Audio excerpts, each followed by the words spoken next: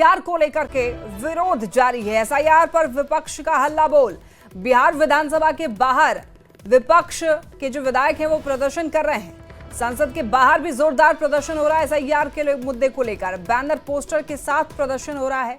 विपक्षी सांसदों ने काला बिल्ला लगाया है। आज भी काले कपड़े में पहुंचे विपक्ष के विधायक। एसआईआर के मुद्दे पर सड़क से लेकर सदन तक हंगामा हो रहा है। बैनर पोस्टर के साथ प्रदर्शन हो रहा है। एसआईआर का मुद्दा यानी कि मतदाता पुनरीक्षण के मुद्दे पर बवाल मचा हुआ है। और अब देखिए, इस मामले पर सीईसी ने भी बयान दे दिया है। ज्ञानेश कुमार ने यह कह दिया है कि क्या जो मृतकों के वोटर जो नाम लिस्ट में थे, क्या उनको हटाना गलत है? यानी कि जो मरे हुए लोगों के नाम अभी भी लिस्ट में थे, क्या उनको हटाना गलत है? कई लोग ऐसे हैं जो कि उस जगह पे रहते ही नहीं हैं। बिहार में कई ऐसे लाखों लोगों के नाम सामने आए हैं जो कि वहां पर नहीं रहते हैं, फिर भी उनका नाम है। कुछ लोग ऐसे हैं जिनका नाम रिपीटेशन में है, यानी कि दो जगह पर उनका रजिस्ट्रेशन हो रखा है। तो क्या वैसे लोगों का नाम हटाना गलत है? क्या लोकतंत्र को पारदर्शी बनाना गलत है?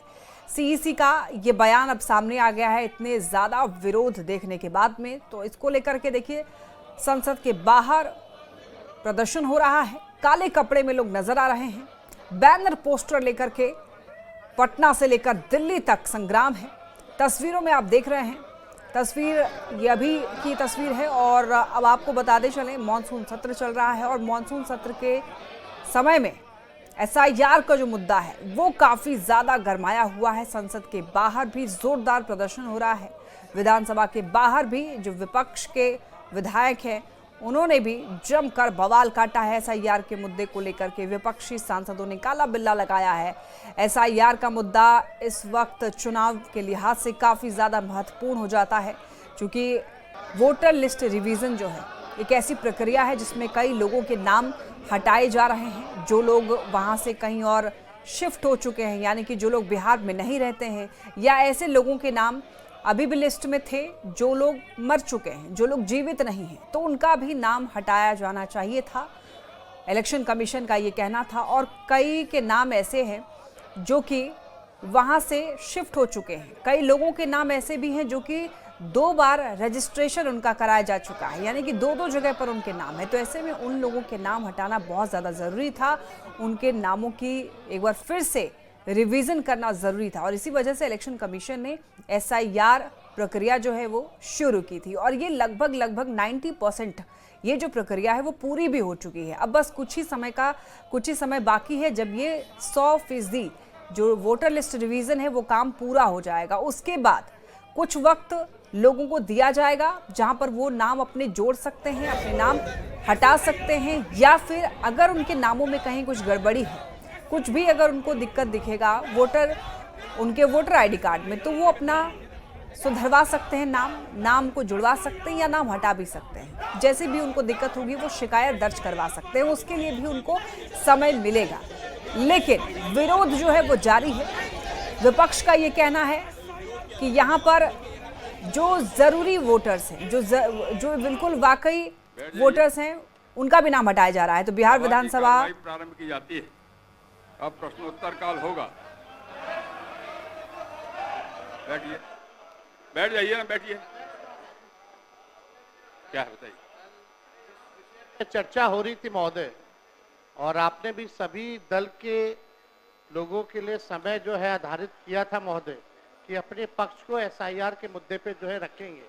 हम आपसे विनम्र आग्रह करेंगे कि जो अधूरा चर्चा जो रह गया था उस चर्चा को जो है पूरा किया जाए, ताकि अपने दल के सभी लोग जो हैं एसआईआर के विषय पे अपनी बात को रख सके। कल आपने अपनी बात रखी है, आप अगर पूरी नहीं होगी तो संक्षेप में 2-4 मिनट में अपनी बात पूरी करेंगे।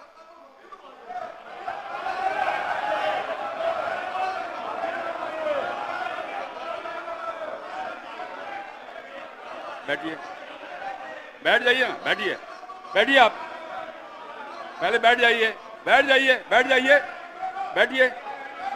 बैठिए, बोलिए। अध्यक्ष महोदय, आपको हम धन्यवाद देना चाहेंगे कि आपने जो है हम लोगों की चिंता पर ध्यान देते हुए हम लोगों को जो है समय दिया है बोलने का। और ये आखिरी सत्र है महोदय, इसके बाद मुख्यमंत्री जी ठीक ही कह रहे थे कि अब हम सब लोगों को जो है चुनाव में जाना है। अब तो जनता तय करेगी कि कौन आएगा नहीं आएगा, क्योंकि जनता लोकतंत्र में मालिक है। लेकिन सबसे बड़ी बात है कि वो जनता का वोटर लिस्ट से नाम ना कटे, तो ये सबसे महत्वपूर्ण बात है महोदय। तो इसी विषय पे जो है ज्यादा नहीं, हम 2 मिनट 3 मिनट में अपनी बात को जो है समाप्त करेंगे। लेकिन कल जो हुआ वो हम लोगों को ठीक नहीं लगा।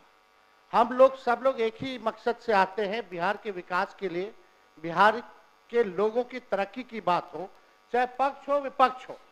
हम लोगों का साफ एक ही एम है, मकसद है कि हमारा राज्य जो है आगे बढ़े। कल अगर किन्हीं लोगों को, क्योंकि अब ये आखिरी सत्र है, तो इतने 5 साल में अगर हमसे भी कोई गलती हुई होगी या हमारे सदस्यों से कोई गलती हुई होगी, अगर ठेस पहुंची होगी, तो उसके लिए भी हम माफी मांगने के लिए तैयार है। कोई इसमें बड़ी बात तो है नहीं महोदय। लेकिन ये दोनों तरफ से महोदय होना चाहिए था। कल जो भी बात हुई दोनों तरफ से जो है बातें होकर के आई हैं। अब हम नहीं चाहते कि बेकार की बातों पे हम लोग जो चर्चा करें, मुद्दे की बात पे जो है हम सब लोगों को जो है चर्चा करना चाहिए महोदय। कल जो हम बता रहे थे महोदय कि अगर बाहरियों की बात आई है तो इलेक्शन कमीशन कौन होता है तय करने वाला? वो तो भारत सरकार और केंद्र मंत्रालय का गृह विभाग का ड्यूटी है। इलेक्शन कमीशन का काम है निष्पक्ष चुनाव कराना, और इलेक्शन कमीशन ने एफिडेविट किया है सुप्रीम कोर्ट में 700 से भी अधिक पन्नों का, जिसमें कहीं भी जो है विदेशी शब्द का जिक्र नहीं है, नेपाली, बांग्लादेशी, म्यांमार का जिक्र नहीं है महोदय। और आप देखिएगा जो बीजेपी के भी जो बीएलए होते हैं, बूथ लेवल के जो एजेंट होते हैं, उन लोगों ने भी आज तक इसके बारे में शिकायतें नहीं की। ये सच्चाई है महोदय। बात अगर घुसपैठिया अगर आया भी है तो ये लोग खुद स्वयं सरकार अपने ऊपर पे सवाल उठा रही है। 2003 अटल बिहारी जी के समय हुआ था, राज्य सरकार में राबड़ी देवी जी मुख्यमंत्री थी, आखिरी बार 2003 में हुआ था। उसके बाद 2005 से 25 तक तो मुख्यमंत्री नीतीश कुमार जी और 11 साल से प्रधानमंत्री नरेंद्र मोदी जी। अगर कोई विदेशी अगर घुसपैठिया अगर आया है तो गलती तो सरकार की है महोदय, उस समय के लोगों की है। तो ये बड़ा प्रश्न जो है, ये सवाल बेकार की बातों में हम लोगों को उलझना नहीं चाहिए। हम सब लोगों का मकसद होना चाहिए कि एक एक बिहारी का वोटर लिस्ट से नाम ना कटे। इस निष्पक्षता से चुनाव आयोग काम करे, इसलिए हम लोग जो है चर्चा कर रहे हैं। और इस विषय पे तो जनता दल यूनाइटेड के एमपी ने भी कल जो है हम लोगों के पक्ष में बात रखी है महोदय। और बीजेपी के एनडीए के जो सबसे बड़े सहयोगी दल चंद्रबाबू नायडू ने भी जो है हम लोगों के साथ जो है सहयोग किया है, और इलेक्शन कमीशन को भी उन्होंने सुझाव दिया है महोदय। वो आप लोग भी, हम चाहेंगे कि कल मुख्यमंत्री जी बोल रहे थे तो हमको लगा कि मुख्यमंत्री जी जरूर इस पे बोलेंगे, और हम चाहेंगे कि मुख्यमंत्री जी आश्वासन दे कि एक भी बिहारी का वोटर लिस्ट से नाम जो है नहीं कटने देंगे महोदय। क्योंकि जाति आधारित गणना जब हम लोगों ने कराया था तो 9 से 10 महीने लगे थे बिना डॉक्यूमेंट के, 9 से 10 महीने। और उन 9 से 10 महीने में बीजेपी के ही लोग कहते थे कि हमारे पास नहीं आया। तो 25 दिन में कहां से 8 करोड़ लोगों के पास चले गए होंगे महोदय? ये तो प्रश्न तो खुलता ही है। तो हम तो सारी बातें महोदय कल कह ही दिए थे। समय को लेकर के 2 दस्तावेज जो मांगे जा रहे हैं, 11 दस्तावेज, वो गरीब के पास है ही नहीं। और कई ऐसे दस्तावेज है महोदय कि आधार कार्ड देकर के वो दस्तावेज बनते हैं, लेकिन आधार कार्ड ये मांग नहीं रहा इलेक्शन कमीशन। तो ये बड़ा सवाल जो है महोदय होता है, खास तौर पे 4.5 करोड़ जो बिहार के लोग बाहर जाकर के कमाने खाने जाते हैं। अब पता नहीं कोरोना के टाइम में तो 40 लाख लोग आया था, तो क्या स्थिति हुई थी। अब ये 4.5 करोड़ लोग कैसे इन लोगों ने सत्यापन किया है, इस पे बड़ा सवाल जो है खड़ा होता है। तो हम चाहेंगे महोदय, आपने समय दिया, इसके लिए हम आपको दिल से धन्यवाद देते हैं।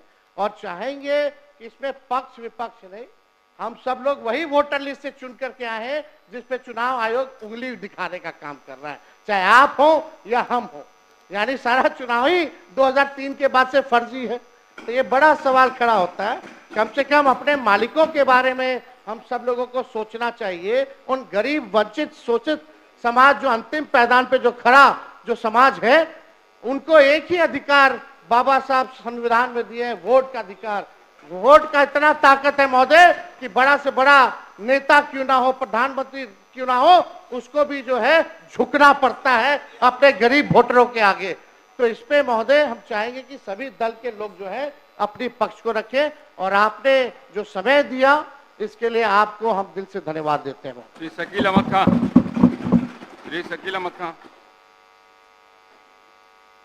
बहुत बहुत शुक्रिया, 2 मिनट में अपनी बात करिए। आपने हम लोगों को समय दिया, और मुझे ये विश्वास है कि जिन बुनियादों को हम लोग रख रहे हैं और जिस तार्किक अंदाज से नेता प्रतिपक्ष ने अपनी बातें रखी हैं, उसको सरकार संज्ञान मिलेगी।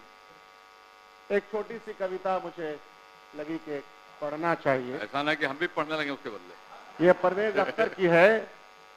उनके गरीबा में खंजर हो, मुझे एतराज न हो, ऐसा हो नहीं सकता। कोई अपना गम सुनाए, मुझे खिराज न हो, ऐसा हो नहीं सकता। मैं इंसान हूं, मुझे खुदा ने बनाया है इंसान के लिए। किसी इंसान को दर्द हो, मुझे वो दर्द न हो, ऐसा हो नहीं सकता। तुम भूल गए अपने फर्ज को, तुम भूल गए अपने फर्ज को, मुझे फर्ज याद न हो, ऐसा हो नहीं सकता। तुम बांटते हो समाज को, मुझे एतराज न हो, ऐसा हो नहीं सकता। ये बात आपके शकील साहब, आपके इस पंक्ति पर चुनाव आयोग को अगर बोलना होगा, क्या बोलेगा मालूम है आपको? वो कहेगा, सुन तो लीजिए ना, सुन, कहेगा इरादे मेरे हमेशा साफ होते हैं और इसलिए कई लोग मेरे खिलाफ होते हैं। यही वो कहेगा, दूसरा कुछ नहीं कर सकता। बोलिए। इस बार बड़का जुट्ठा पार्टी के इरादे कैसे हैं उसका अंदाजा इस तरह से हो रहा है कि टोका-टोकी नहीं करिए, तो बड़का जुट्ठा पार्टी तो हम नहीं बोले। बहरहाल उनके इरादे की पुख्तगी का इल्म यूं हो रहा है कि संविधान में शांत रहिए। हमारा जो वोट का अधिकार है सर, आजादी के पहले हमारे वोट के अधिकार चंद लोगों के हाथों में थे। आजादी के बाद से असल मामला एक एक आदमी का, चाहे वो गरीब तरीन आदमी हो, चाहे वो समाज के किसी भी वर्ग का हो, उसके वोट का अधिकार उसको दिया गया आइडेंट फ्रेंचाइज को। और अगर उस वोट के खिलाफ कोई काम न्याय संगत नहीं हो रहा हो तो तकलीफें होंगी। आप ये कहिए, आपको कहना चाहिए कि एसआईआर हो, लेकिन उसका टाइम फ्रेम क्या है? इस टाइम फ्रेम में बिहार में आपने बहुत सारे अनाउंसमेंट किए हैं सरकार ने, उसके इम्प्लीमेंटेशन की आपको कोई सपना नहीं आ रहा है। आप इम्प्लीमेंटेशन अपने अहलकारों से एसआईआर के मामले में करवा रहे हैं, तो क्या यह मुमकिन है? यह मुमकिन नहीं है। जो काम कम से कम साल में चाहिए था, आपको मैं बताता हूं, जितने भी हमारे एमएलए साहबान दोस्त मित्र हैं, अपने अपने ब्लॉक में जाएं और अपने अपने ब्लॉक में देखेंगे कि इवन रेसिडेंशियल सर्टिफिकेट हजारों हजार की तादाद में उनके ब्लॉक में उसके रेसिडेंशियल सर्टिफिकेट नहीं बन रहे हैं। तो मैं ये बताना चाहता हूं, आपने जो समय दिया, कि आखिर क्या वजह थी कि इस शगुफे को इलेक्शन कमीशन ने लाया है। वो वजह पूरे बिहार को, पूरे मुल्क को इस बात इसकी समझ है। वो समझ ये है कि आपके तमाम जो सर्वेज आए हैं, जो इंटरनल सर्वेज में मौजूदा सरकार बिहार की हार रही है, अपनी हार की डर से, अपनी हार की मुसीबतों को देखते हुए आपने ये फैसला किया। क्योंकि पिछले बार जो अंतर था सरकार का, लेकिन इस सरकार का फैसला नहीं है, सरकार का और आप विषय पे आइए जी। हाँ। ये अंतर सिर्फ 12,000 का था। अगर आप 25-50 लाख काट लेंगे तो आप उस तरीके से अपनी सरकार बना लेंगे। ये आसान सा काम, ये आसान सा फॉर्मूला समझ में आता है, लेकिन हम लोग याद रखिएगा कि यह जो हो रहा है इसको हम होने नहीं देंगे। हम ये बात आपके सामने कह रहे हैं, वतन की फिक्र कर नादान, वतन की फिक्र कर नादान, मुसीबत आने वाली है, तेरे बर्बादियों के मशवरे हैं आसमानों में। अंदाजा नहीं है आपको कि आप क्या कर रहे हैं, और आपको यह भी अंदाजा नहीं है कि विपक्ष क्या करेगा। हम अपने वोटों का अधिकार का, उसमें किसका वोट जा रहा है? वंचित समाज, जो कौन सबसे ज्यादा पलायन के लिए जाता है, कौन सबसे ज्यादा मजदूरी के लिए जाता है? दलित समाज हमारा करोड़ों की तादाद में, लाखों की तादाद में बाहर है, उसका वोटर लिस्ट में वोट का नाम काट दिया जाएगा। संक्षेप करिए। माइनॉरिटीज, अति पिछड़ा, इन तमाम के 50-50 लाख काट दीजिए और जीत जाइए। अगर यह कोशिश आपकी है, इसीलिए शगुफा, तो ये हम होने नहीं देंगे, ये याद रखिएगा। बहुत बहुत शुक्रिया, आपने समय दिया। श्री महबूब आलम।